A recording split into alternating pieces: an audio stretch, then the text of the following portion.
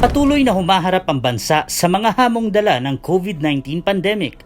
Kaakibat nito ang iba pang mga issue at suliraning nakakaapekto sa lahat ng kasarian, lalong-lalo na sa mga kababaihan. At bilang paghahanda sa nalalapit na pambansang halalan ng taong 2022, nararapat lang na marinig ng mga nagnanais na manilbihan bilang mga pinuno ng bansa ang pulso ng mamamayan, partikular na ng mga kababaihan. Sa pangunguna ng Philippine Commission on Women at bilang bahagi ng selebrasyon ng National Women's Month ngayong taong 2022, inilulunsad ang Pulso para sa Kababaihan tungo sa Kaunlaran online poll.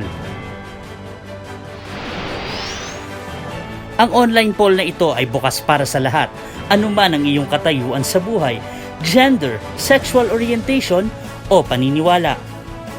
Ang poll na ito ay isang platform upang ipabatid ng mga Juan at Juana sa mga mahahalal na lider ang tungkol sa mga isyong nararapat nilang bigyang pansin at prioridad sa kanilang pamumuno upang masigurado ang pagkakapantay-pantay ng kasarian at patuloy na maisulong ang proteksyon ng mga karapatan ng mga kababaihan.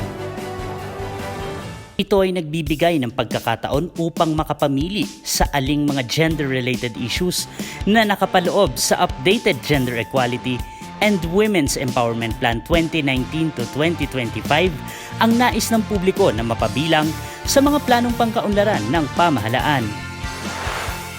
Paano sumali sa poll na to? Simple lang. Maaari puntahan ang link na makikita sa inyong screen. Pwede rin itong ma-access sa pamamagitan ng QR code na nasa inyong screen. I-scan lang ito gamit ang QR scanner ng inyong mga smartphone.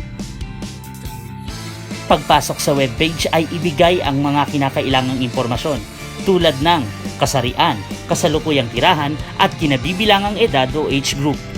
Itatanong din dito kung saang sektor ka ng lipunan napapabilang o saang partikular na grupo kayo kasama.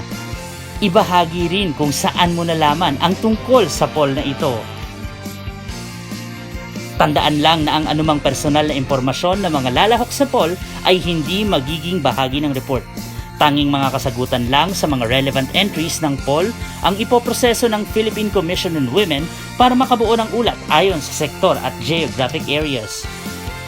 Nilalaman ng poll ang mahahalagang puntos patungkol sa mga pangunahing agenda ni Juana sa iba't ibang aspeto, gaya ng oportunidad pangkabuhayan para sa kababaihan sa kalakalan, industriya at serbisyo,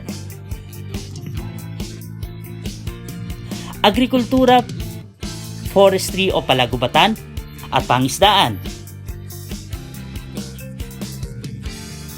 lakas paggawa at empleyo, pagpapataas ng human capital development sa pamamagitan ng pamumuhunan sa gender equality and women's empowerment sa sektor ng kalusugan at nutrisyon, edukasyon at pabahay, pagpapababa ng mga kaso ng gender-based violence at pinagtibay na gender perspective sa hustisya, seguridad at kapayapaan.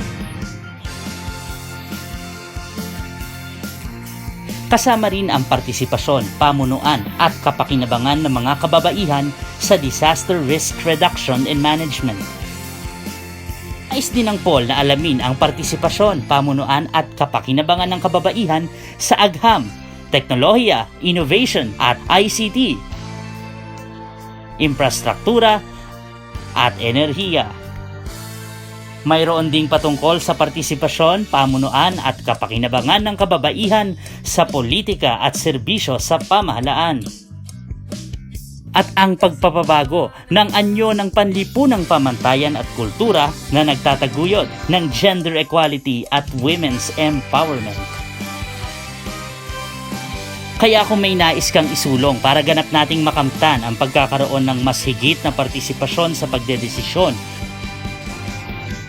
mas mahusay na pagpaplano ng pamahalaan, higit na mas malawak na kapakinabangan sa ating pag-unlad, pantay na oportunidad at karapatan para sa lahat, at proteksyon sa anumang kalamidad, abuso, diskriminasyon o pananamantala.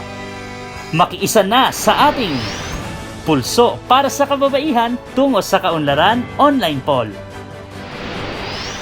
Sa bawat kategorya, mamili ng isang issue na sa iyong palagay ay kailangan ng agarang matugunan ng pamahalaan. Para sa mga nais lumahok, i-access ito sa pamamagitan ng link o QR code na makikita sa inyong screen. I-scan lang ito gamit ang QR scanner ng inyong smartphone.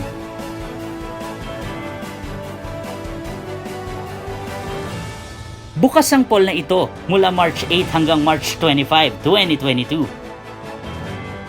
Abangan ang resulta nito sa March 31, 2022. Kaya't makiisa sa pagsusulong ng Pulso para sa kababaihan.